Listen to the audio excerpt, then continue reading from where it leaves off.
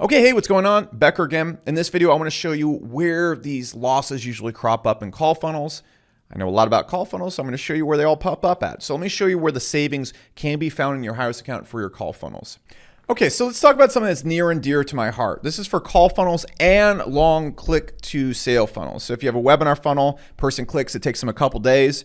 You're not going to track that. You're not going to track any of the sales in a call funnel, and you're going to track like half the sales for like a webinar or a long click to sale funnel in Ad Manager. It's just not going to work first and foremost. So just seeing where your sales are coming from is going to make your business night and day better. That being said, let's talk about the ways people lose money hand over foot in these types of funnels. It's extremely simple. Okay, so if I go look at my Google ads right here, here's the number one place people lose money at. They look at cost per call versus revenue in. That's where you die at. It's every single time. I constantly see people go and start optimizing for cost per call. And so what you're going to see happen so many times is people go and they'll optimize for cost per call and they'll scale up ads that have a good cost per call or good opt-in. You need to factor in revenue. You need to factor in revenue. The easiest way to save yourself so much money is to just turn off the ads that are losing you money but have been scaled up due to a good CPL, cost per lead, or cost per call. That's it. The places where I see these types of funnels get ripped up is two places. One, investing in things based on other stats than revenue.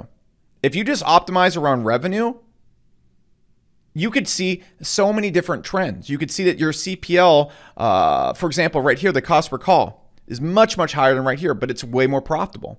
You could see that ads that give you a higher CPL or cost per lead, let's say you're paying $10 per lead instead of $3 per lead, are actually making you more money.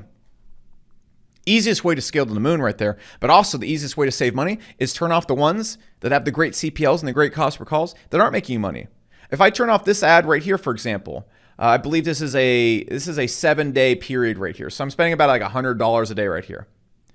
That's $1,000 a month just saved right there. And we're not spending a ton on this, maybe $30,000 a month. So I just dropped ad spend 3%. I do that 5 more times, my ad spend just dropped 15% overall across the entire account.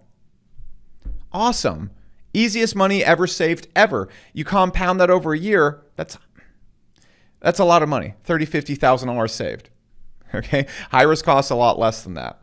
Now, the other place where I see people getting rocked is, again, guessing on these types of funnels. So, for example, they're not going to see all their calls coming in. They're not going to see all their sales coming in. And so what they're going to do is they're going to look at ad campaigns that used to get sales or used to have a good CP, cost per call, or sometimes get sales, and they're just going to keep those ones on. I'm telling you straight up, that's not how you want to do things. You want to look at these trends over 30 days, especially on long click to sale funnels. Okay? You want to go into your account, look at them over 14-day periods.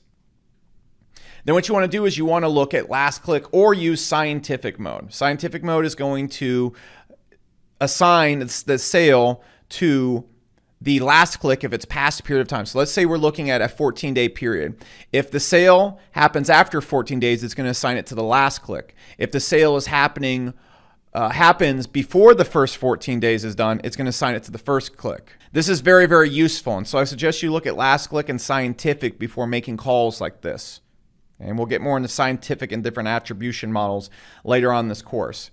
That said, you're going to see 90% of the effect you can get with just last click mode. So don't focus on overcomplicating the wheel quite yet. But what a lot of people do is they see past sales performance, so they see past performance from an ad, and so they don't turn off the ad because they can't see all the sales and they can't see the performance currently. And so what they then do is they guess. Guessing is the easiest way. It can sometimes work, but it's the easiest way to be inefficient, at least 10 to 15, 20% inefficient in your ad account. You stop guessing, you look over 30-day periods, and you just look straight at revenue. That's the most important thing in this video. Look straight at revenue. Just don't look at anything else. Use the revenue tracking, which you could not get before, which forced you to have to get into these really bad behaviors. Use that, and then turn off ads that are losing you money. Turn off ads that are breaking money. Turn off ads based on their current performance based on revenue.